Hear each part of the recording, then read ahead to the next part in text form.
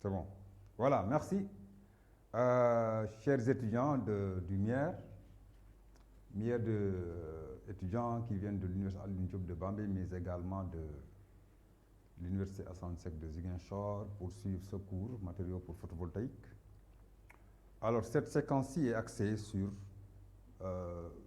l'historique et les aspects économiques et environnementaux, donc de la production d'électricité, partout, surtout du moins.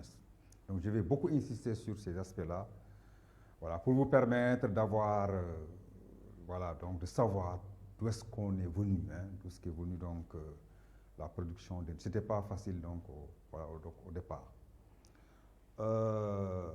Donc mon nom, vous le connaissez, il s'affiche au niveau donc de cette diapo.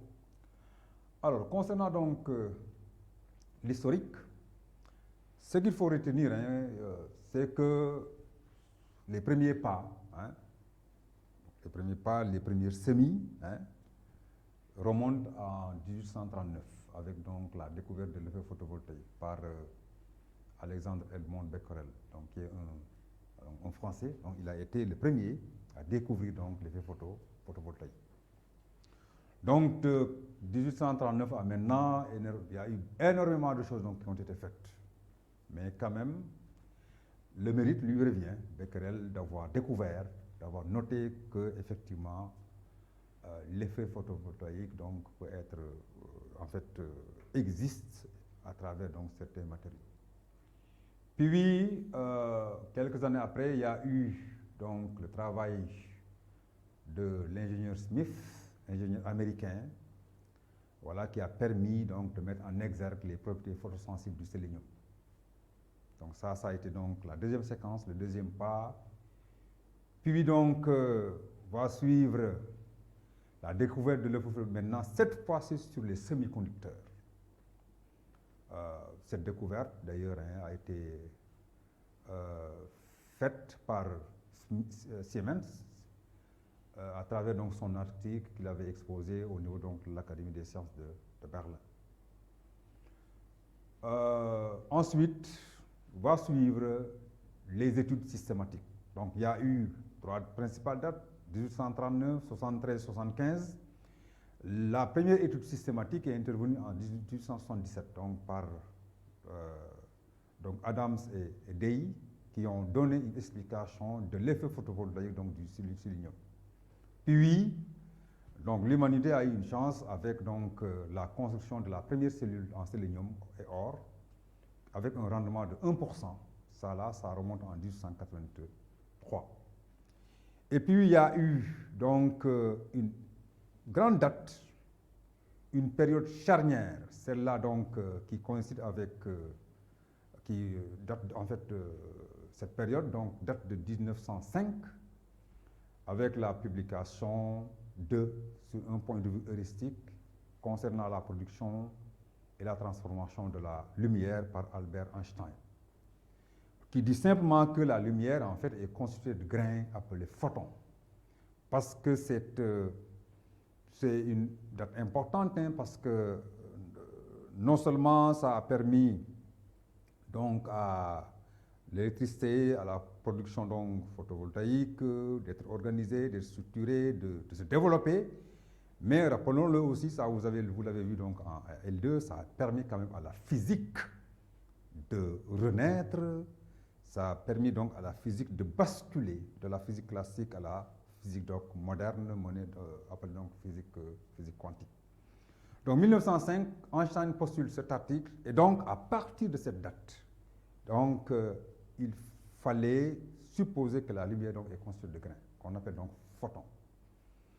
Autrement dit, on passe donc d'une physique qui se base sur la continuité donc, de tout ce qui est échange des énergies à une physique qui quantifie, donc de façon, en fait, qui quantifie donc, tout ce qui est échange d'énergie. Alors ensuite, après donc, cette date, il y a eu la mise au point donc, du capteur cylindro-parabolique. Donc, un peu de fabrication, donc de valorisation, en fait. Donc, des découvertes qui ont été faites jusqu'ici. Et après, production de l'électricité avec une cellule solaire. Hein, donc il y a eu donc les améliorations. D'ailleurs, il faut noter que Robert Milliam a été le premier à en produire. Ensuite, en 1918, là nous sommes en pleine guerre, hein, c'est juste après la fin donc, de la Première Guerre mondiale, qui datait donc de 14-18. Il y a eu l'élaboration du sélénium cristallin. Donc, pour dire simplement que les physiciens, voilà, qu'il pleuve ou qu'il neige, que le monde, voilà, donc, comment ça s'appelle, que l'humanité vive des guerres ou pas, les physiciens donc, ont toujours, voilà, donc, gardé donc leur calme. Hein. Ils sont restés donc dans les laboratoires et c'est à partir donc en 1918 qu'il y a eu que le silicium monocristallin donc, a été élaboré, a été donc fabriqué par qui est donc un Polonais. Ensuite, en 1939, il y a eu la jonction, découverte donc de la jonction PN. Parce que jusqu'ici, il y a eu une première étude systématique, je l'ai dit donc tout à l'heure, c'était un peu en 1870, mais ce n'était pas une étude c'était une étude qui n'est pas très élaborée.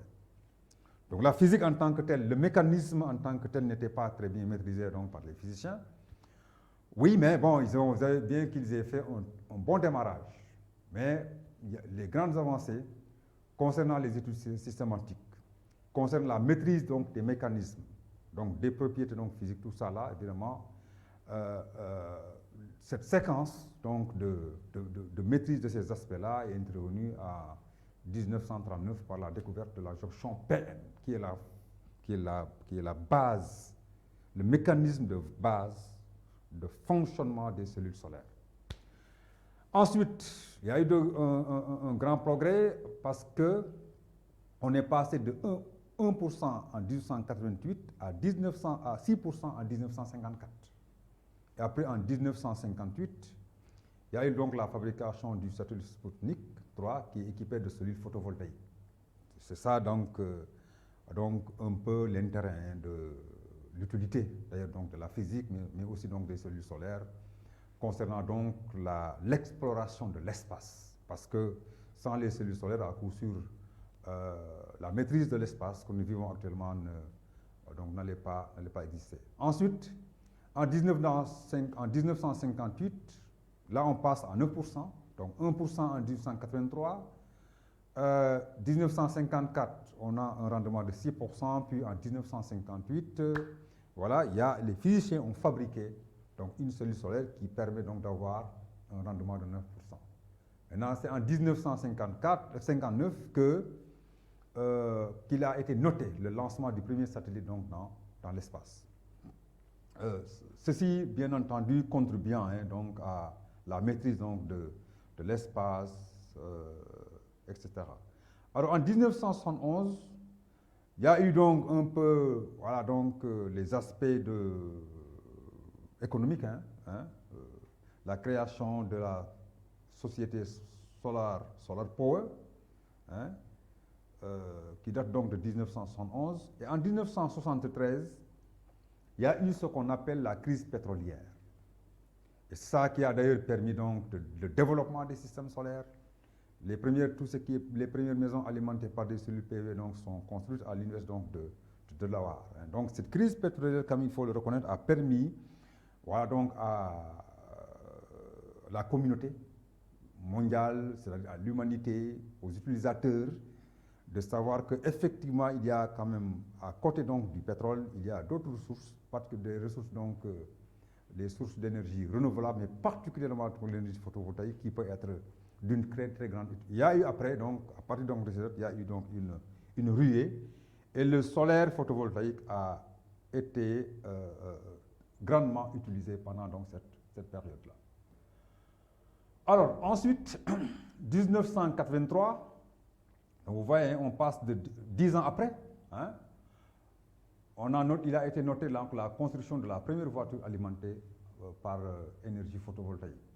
Donc, cette voiture a permis de parcourir 4000 km en Australie. Maintenant, en 1995, il y a eu le lancement des programmes de toits photovoltaïques raccordés au réseau. Alors, pourquoi nous avons pris en fait cette date comme étant une date voilà, donc, historique?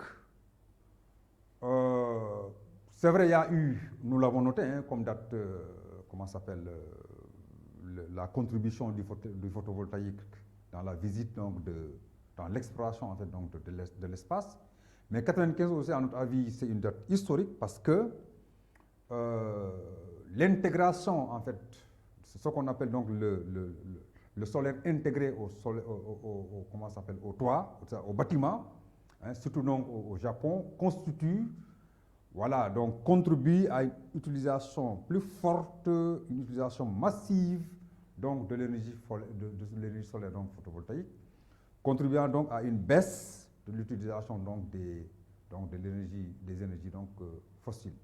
Et cette hypothèse, ces projets, hein, donc, qui ont été notés au Japon, mais aussi donc en Allemagne surtout, généralisés en 2001 à travers donc une loi donc, qui date de 2000, ben voilà, ça a fait tache d'huile. Donc partout aujourd'hui, en Allemagne, au Japon, en Europe, voilà, on voit que le solaire photovoltaïque en fait est intégré au bâtiment. Ça diminue fortement donc la facture d'électricité, donc relative bien entendu aux énergies fossiles des États, mais aussi donc des utilisateurs. En 2000, il y a eu donc le vote de la loi donc EGG en Allemagne. C'est EGG, c'est une loi qui est mise en place par l'Allemagne, par l'État allemand, pour inciter à utiliser donc, le solaire photovoltaïque en mettant en place ces deux compteurs qu'on met en place. Il y a donc ce qui est produit, hein, par le consommateur, mais aussi ce qui est injecté au niveau donc, du réseau. Et maintenant, tout le surplus est racheté donc, par l'État donc, allemand. Et donc ça, c'est une loi qui a beaucoup aidé, hein, non seulement l'État allemand, mais aussi les utilisateurs, le consommateur donc, allemand, voilà, donc, avait donc installé, hein, comment ça s'appelle, au niveau donc de sa maison, hein, donc des centrales photovoltaïques qui produisaient donc en fait la quantité d'énergie souhaitée pour faire fonctionner donc sa maison ou bien donc ses besoins. En 2008, alors il a été noté donc la mise en service de la première grande centrale solaire photovoltaïque avec 7 MW crête. Donc là, ça veut dire que aussi ça mérite d'être, nous avons pensé que ça mérite d'être mentionné comme date historique parce qu'une telle puissance n'était pas produite jusqu'à maintenant. En 2012, voilà, nous avons quand même noté que il y a eu dans le monde, donc si tout est cumulé, 100 gigawatts, hein, donc de production photovoltaïque mondiale, mais d'accord, raccordé au réseau. Donc là aussi, évidemment, c'est un défi qui a été relevé, des points marqués donc par le solaire photovoltaïque.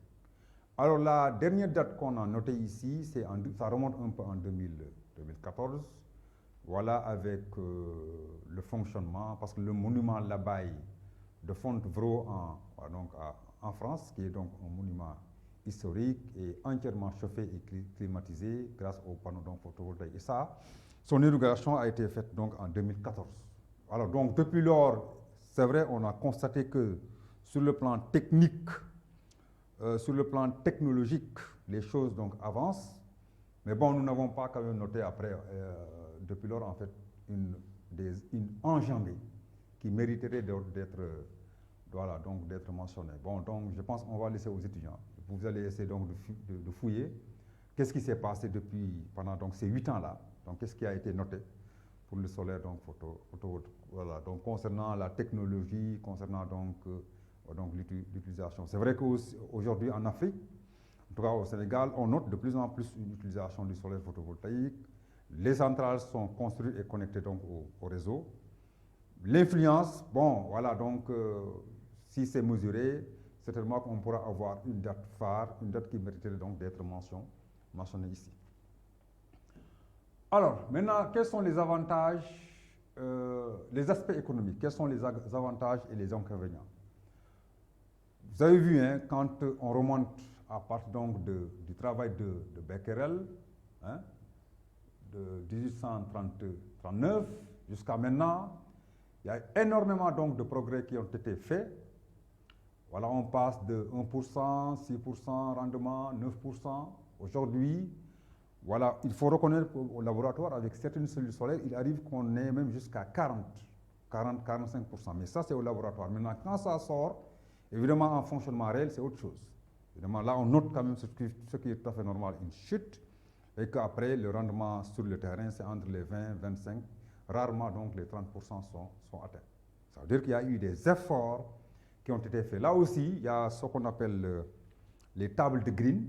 Donc, les green, ce qu'il a fait, il a mis un dispositif très performant. Chaque 6 mois, il fait une collecte de ce qui est fait, de nouvelles fabrications, et il donne donc les marges donc, de progression donc, des différents rendements. Ça aussi, vous pouvez jeter donc un coup d'œil pour noter les différentes technologies. On va l'aborder, les différentes technologies, les différents mécanismes mis en place donc, par les différents chercheurs. Alors, pour revenir maintenant aux aspects économiques, il y a eu bien entendu des avantages et des inconvénients. Donc, on les parcourt très rapidement. Donc, on démarre par les avantages. Évidemment, dans toute chose, il y a des avantages. Le premier avantage qu'on a noté, là aussi vous pouvez, réduire ou bien même augmenter. Donc, je pense qu'après avoir parcouru un certain nombre de documents à la fin du cours, vous serez en mesure de dire que, bon, voilà, tel avantage a été omis ou pas. Donc, pour le moment, ce qu'on a noté, le recensement qu'on a fait est le suivant. Donc, première chose, il y a eu la réduction de la dépendance énergétique. Tout le monde donc le constate. Un pays, par exemple comme le Sénégal, qui installe voilà, partout des centrales, injecte dans le réseau, naturellement, voilà, donc la dépendance énergétique est réduite. Ça, c'est tout à fait donc normal. Il y a aussi la réduction du coût de l'électricité.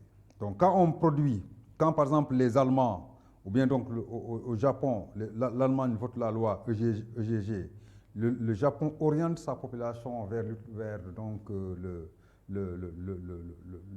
photovoltaïque donc, intégré donc, au bâtiment, c'est pour que le coût donc, soit réduit. Plus on produit, donc plus donc, la quantité d'électricité plus la quantité d'électricité produite est importante, ben voilà donc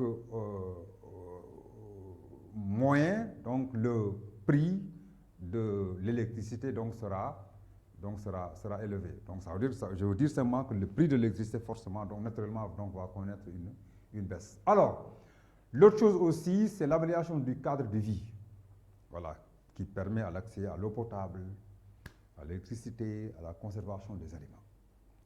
Aujourd'hui, vous partez dans le monde rural, dans les sites isolés, dans pas mal de villages aujourd'hui, que ce soit partout en Afrique, en Asie, hein, donc la population, ils installent des panneaux photovoltaïques. Dès que l'installation est faite, bon, la lumière est assurée au niveau donc, de la maison. Si c'est des gens qui sont assez nantis, ils achètent donc une télé, ils peuvent acheter donc un frigo, ils ont donc de l'eau, ensuite aussi le puits qui alimente donc la maison. Voilà, donc au niveau donc, du puits, vous installez votre pompe solaire, vous automatisez en fait donc la recherche donc de l'eau, mais aussi la conservation des aliments par les frigos solaires qui existent, ou bien même ça peut être aussi un frigo électrique, mais voilà, vous mettez donc le nécessaire. Il y a également comme avantage le niveau de vie de la population, augmentation donc du niveau de vie, évidemment lié au précédent avantage, parce que quand le cadre de vie est amélioré, il y a de l'eau potable, il y a de l'électricité, les aliments sont conservés, voilà, ça veut dire que le niveau de vie de la population, naturellement, donc, va augmenter. Mais aussi, comme avantage, il y a l'amélioration du plateau sanitaire. Il y a l'amélioration du plateau sanitaire.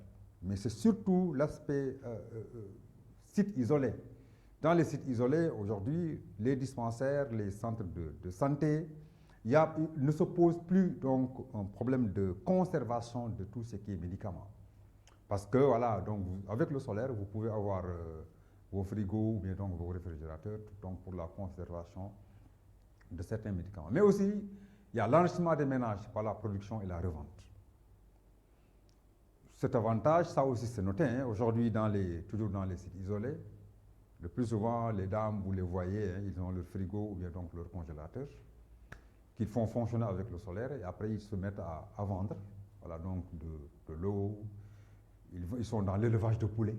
Hein, voilà, donc ils abattent, ils mettent dans leur frigo, puis donc ils revendent. Mais c'est surtout, comme avantage surtout, c'est la création d'emplois.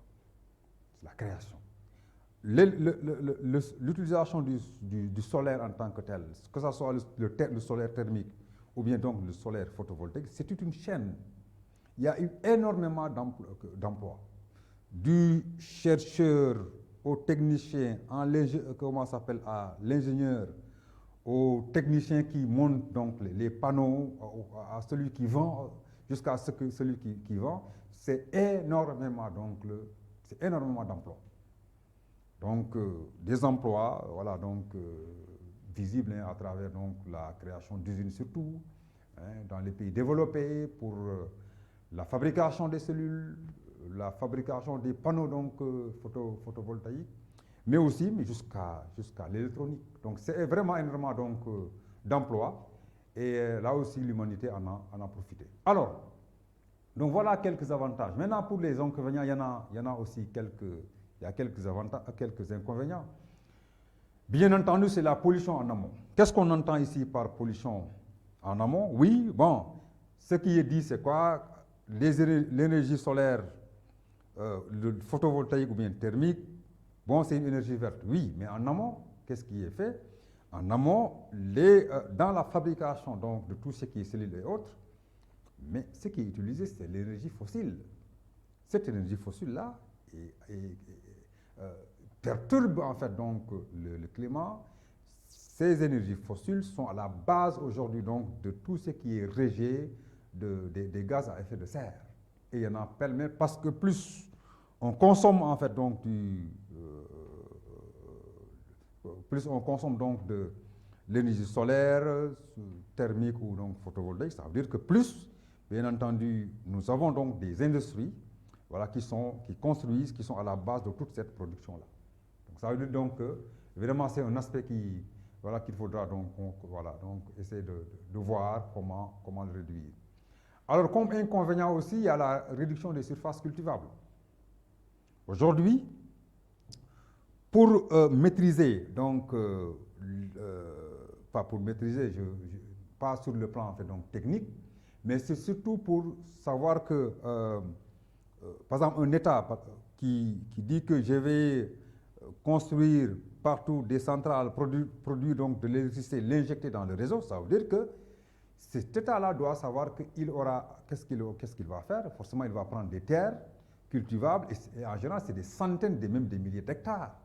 Ces milliers d'hectares-là, en fait, c'est des terres, voilà, qui étaient soit utilisées pour cultiver, mais soit utilisées donc pour l'élevage. Donc, de façon considérable, on réduit donc les surfaces cultivables. Il y a aussi le problème de l'érosion, autrement dit, l'augmentation des risques de dégradation donc, du sol, parce que vous mettez une centrale quelque part, il est là-bas pendant 20 ans, 30 ans, à part le nettoyage qu'on fait sur les modules, bon voilà, le sol il est là, il n'est pas traité.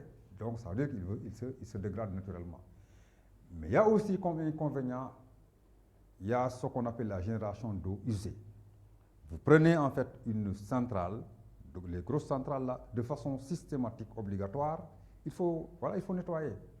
Et en général, le nettoyage là, bon, même vous êtes de façon systématique obligé en moins de nettoyer une fois par semaine.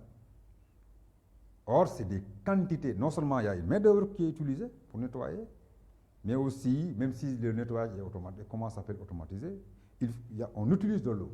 Donc, l'eau là, ces quantités d'eau là qui sont utilisées, en fait, c'est un gâchis. Donc, c'est une perte. Autrement dit, c'est des eaux usées.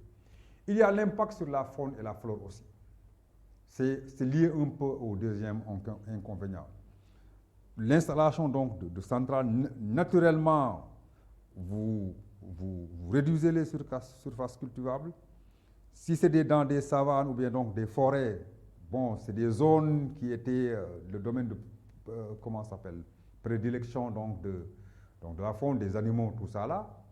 de même qu'aussi, voilà, donc il arrive, voilà, qu'on détruise carrément donc des forêts, voilà, pour donc installer donc des centrales, ce qui, voilà, donc naturellement en fait est un inconvénient. Alors l'autre inconvénient, le dernier, c'est surtout l'impact sur la valeur foncière.